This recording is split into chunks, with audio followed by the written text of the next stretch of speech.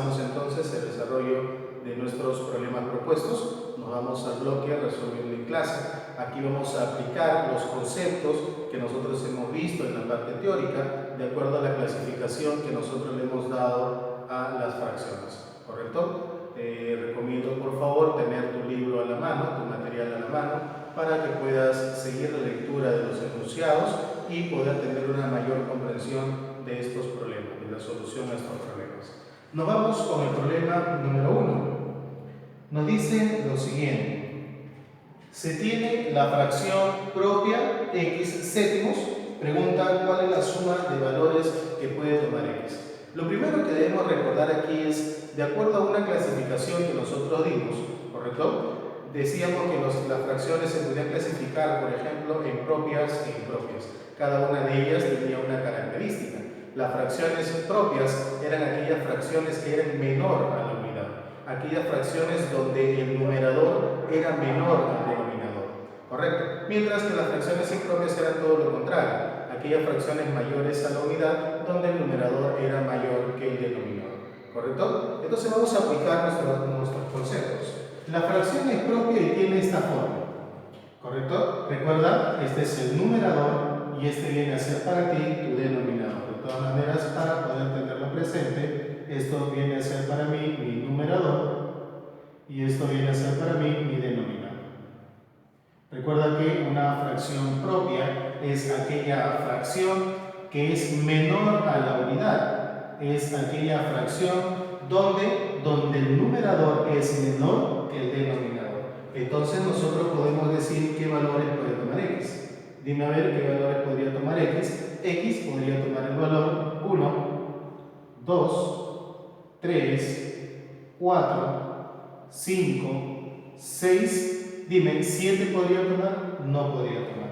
¿Correcto? ¿Por qué? Porque recuerda que el numerador debe ser menor que el denominador. ¿Listo? Ahí tenemos nosotros entonces los valores que puede tomar x. ¿Correcto? Y si tú te das cuenta, los valores que toma x son los 6 primeros números naturales. ¿Sí? ¿Qué me piden a mí? Me piden la suma de los valores que puede tomar x. Como son pocos los valores, tú puedes ir sumándolos, ¿no? De a poquito puedes ir sumando esos términos. O si no, de repente tú debes recordar la sumatoria, por ejemplo, de los n primeros números naturales.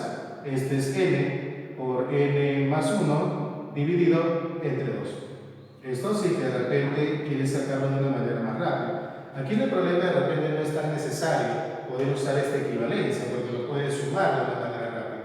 Pero ¿qué pasaría si de repente los valores de x no solamente son los 6 primeros, de repente son los 25 primeros? Entonces ya no nos conviene ir sumando de a poco, nos conviene utilizar una equivalencia, ¿correcto? Entonces vamos a usar nuestra equivalencia. ¿Cuáles serían la suma de los valores que puede tomar x? A ver, n viene a ser el número de términos que yo tengo. A partir del 1, ¿cuántos términos tengo? Tengo 6. Entonces esta suma de valores de x sería 6 por 7, que es n más 1, sobre 2. Y este resultado me daría un valor de 21. Correcto, si tú querías también podías sumar 1 y 2, 3, y 3, 6, y 4, 10, 5, 15 y 6, 21. También nos debe salir la misma respuesta. ¿Correcto? Y ahí tendríamos nosotros la respuesta al problema número 1. Problema número 2 nos dice cuántas fracciones existen con denominador 12 si la fracción es propia y también es irreductible. A ver, propia ya lo hemos visto acá. Numerador menor que el denominador. ¿Qué cosa viene a ser una fracción irreductible? Es una fracción en la cual sus términos ya no se pueden reducir. Por ejemplo, si yo tengo la fracción 2 sextos, ¿esta será una fracción irreductible? No, esta fracción es propia, pero no es irreductible. ¿Por qué? Porque esta fracción todavía se puede simplificar. Yo le puedo sacar mitad y mitad y me estaría quedando un tercio. ¿Correcto? Entonces, ¿qué cosa viene a ser una fracción irreductible? Aquella fracción que ya no puede reducirse, aquella fracción en la cual sus términos son primos enters. ¿Correcto? A ver, me dice que estas fracciones deben tener denominador 12. Correcto, entonces el denominador de esta fracción tendría que ser 12. Ahora, como a mí me piden cuántas fracciones están cumpliendo con esta característica, yo no conozco el valor de x, de que el valor del numerador yo no lo conozco. Por lo tanto, si yo digo que x puede tomar 3 valores, entonces hay 3 fracciones. Entonces vamos a analizar qué valores puede tomar ese x. Recuerda que tu fracción es un doceavo, ¿correcto? Y recuerda también que esta fracción tiene que ser propia, es decir, x tiene que ser menor que 11, recuérdalo por favor. Además debe ser irreductible, es decir, x y 12 no se pueden extraer mitad, tercia, cuarta, quinta y así sucesivamente. A ver, dime, x podría ser 1, podría ser la fracción un doceavo, sí, porque no se puede simplificar. Podría ser la fracción de repente 2 doceavos, no, porque tendrían para simplificarse y sería mitad. A ver, entonces 2 no puede ser. Podría ser 3 doceavos, tampoco porque tendrían tercia. Podría ser 4 doceavos, tampoco porque tendrían cuarta. Podría ser 5 doceavos, sí, sí podría ser 5 doceavos, no se puede simplificar. Podría ser 6 doceavos, no, porque 6 es la mitad de 12 y se puede simplificar. Podría ser 7 doceavos, sí, correcto. Podría ser 8 doceavos, no, porque estos tienen para simplificarse. Podría ser 9 doceavos, correcto, estos tienen tercio.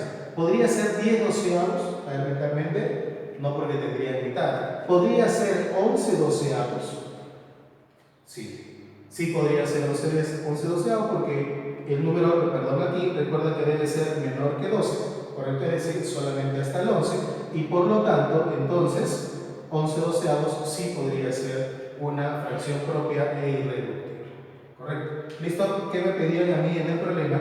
Me decían a mí cuántas fracciones existen con denominador 12. ¿Cuántas hemos encontrado que existen con denominador 12? Hemos encontrado 4. Por lo tanto, entonces, aquí colocamos que existen 4 fracciones. Y ahí tendríamos nosotros nuestra respuesta. ¿Correcto? Pasemos ahora a nuestro problema número 3. En este problema nos dice, calcula una fracción equivalente a 3 céntimos. A ver, recuerda que también hemos visto en nuestra parte teórica lo que es una fracción equivalente. Por ejemplo, una fracción equivalente a un medio podría ser 2 cuartos, 3 sextos, 4 octavos, 5 décimos y así sucesivamente. ¿Correcto? ¿Sí? Es decir, a cada uno de los términos de la fracción, para encontrar un equivalente, simplemente le asignamos un valor de k, le asignamos una constante k, tanto al numerador como al denominador. ¿Correcto? Me dice el problema, calcula la fracción equivalente a 3 céntimos de manera que la suma de sus términos sea 50. Da como respuesta el numerador. A ver, nosotros tenemos que la fracción original es 3 céntimos, pero queremos encontrar una fracción equivalente a 3 céntimos. Entonces yo digo, mi fracción equivalente a 3 céntimos sería 3k y 7k. ¿Correcto? Siempre recordando que esta parte superior se le llama numerador y a esta parte inferior se le llama denominador. ¿Correcto? El numerador y el denominador son los términos que tienen una fracción. Y aquí hay un dato muy importante en el problema. El problema te dice que la suma de esos términos es de 50. Entonces vamos a reemplazar. ¿Quiénes serán sus términos? El numerador y el denominador. La suma de los dos es 50, es decir, 3k más 7k me tiene que dar un valor de 50. Y listo, con eso obtenemos nosotros el valor de k. Allí tendríamos 10k igual a 50, por consiguiente entonces el valor de k sería 0. Pero ojo, a mí no me piden el valor de k, porque k no era parte del problema. A mí lo que me piden es encontrar o dar como respuesta el numerador. Y si tú observas, el numerador era 3k, entonces por lo tanto, ¿quién vendría a ser mi respuesta? Mi respuesta tiene que ser 3k, porque es el numerador y eso me pide. Entonces sería 3 multiplicado por el valor de k, que es 5. Y 3 por 5 pues vendría a ser 15. Y ahí tendríamos la respuesta al problema número 3. Problema número 4. Otro problema que tiene que ver con fracciones equivalentes. Y aquí también vamos a recordar un poquito en este problema algún pequeño criterio de divisibilidad con un valor muy importante, de un número muy importante. A ver, dice, ¿cuántas fracciones equivalentes a 6 quintos resultan una fracción AB, BA? ¿Cuántas fracciones equivalentes a 6 quintos resultan una fracción AB, BA? Correcto, pero si te das cuenta, el numerador y el denominador tienen dos cifras, pero con una característica muy importante. Las cifras, ¿correcto?, se están invirtiendo, las de arriba se invierten abajo, o viceversa. Correcto, entonces tenemos que buscar un número de dos cifras que sea equivalente a 6 quintos y que cumpla con esta condición. Pero a ver, ¿cómo es una fracción equivalente a 6 quintos? Una fracción, muchachos, equivalente a 6 quintos, de acuerdo a lo que hemos hecho en el problema número 3, vendría a ser un 6K y abajo un 5K. ¿Listo? Si tú te das cuenta, cuando yo hablo de un 7K, por ejemplo, en el problema anterior, hablo de un múltiplo de 7. 7, 14, 21, 28 y así sucesivamente. ¿Correcto? Entonces, cuando yo hablo de un 5K, en este caso, ¿correcto?, en este sector, hablo de que este número tiene que ser un múltiplo de 5. Ahora, yo te pregunto, ¿cuál es la característica para que un número sea considerado un múltiplo de 5? Pues que termine el número que termine en 0 o que termine en 5. Ahí está. Si el número termina en 0 o termina en 5, es múltiplo de 5. ¿Correcto? Ahora, entonces, si este número, que es el denominador, es múltiplo de 5, entonces debe terminar en 0 o debe terminar en 5. Pero mira, si yo digo que A3 es 0, es decir, si yo digo que este número termina en 0, entonces cuando se invierta arriba va a empezar con 0. Dime, yo te pregunto, ¿un número de dos cifras puede empezar con un 0 delante? ¿Correcto? De acuerdo al tema de numeración, sabemos que si tengo un número de dos cifras, la primera cifra no puede ser 0. Entonces de aquí yo digo A no puede ser 0.